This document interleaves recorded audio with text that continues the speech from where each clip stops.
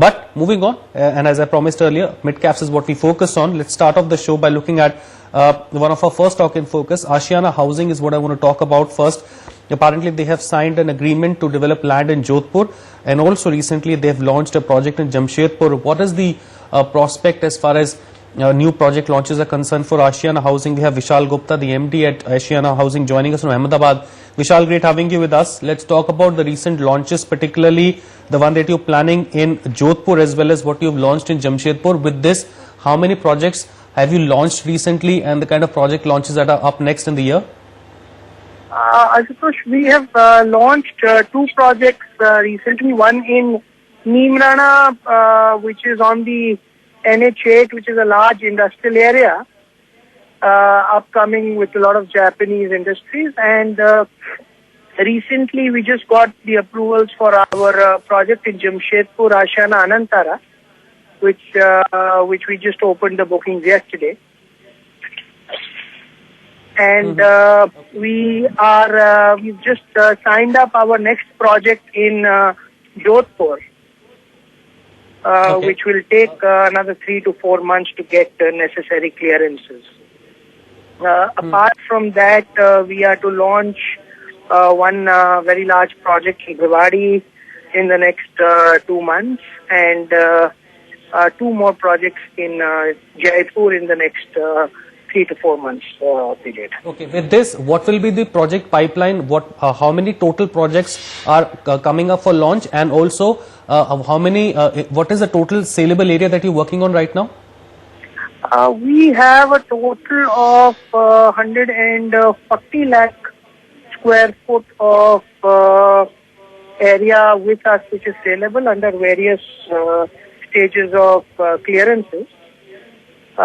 With Jamshedpur now, out of the 140, around 35 lakh square foot would be with necessary licenses, and the others would be under various stages of licenses.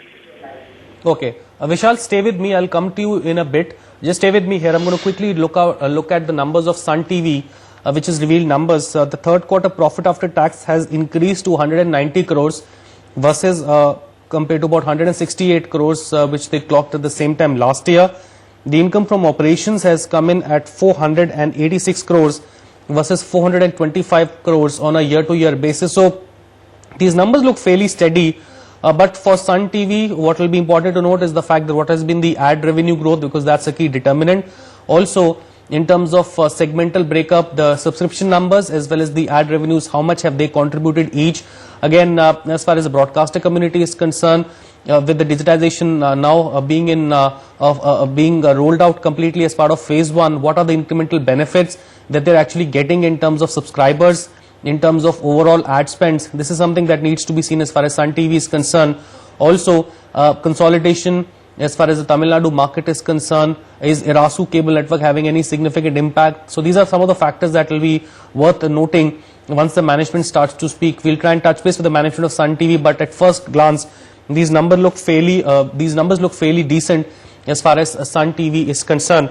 Vishal, apologies for having to make you wait. So for FY14, can you give us a sense how many projects you planning to launch and the kind of expected revenue recognition that you expect from the same? How many projects come up for revenue recognition in the next 1 or 2 months? Not too many, Ashutosh, because we have changed our accounting policy from percentage completion to accounting based on possession-based accounting. Therefore, our revenues are going to get recognized more when we hand over these projects or the phases of these projects. Therefore, there will be some lag in the revenue. So the numbers that we are sending out to understand how the company is faring is the area booked and the equivalent area constructed.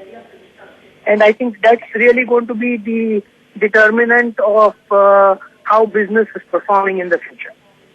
So the projects that you just named, the ones that you talked about, by when are these expected to be delivered? I'm assuming only then you will be starting to account the same in your revenues? That is correct.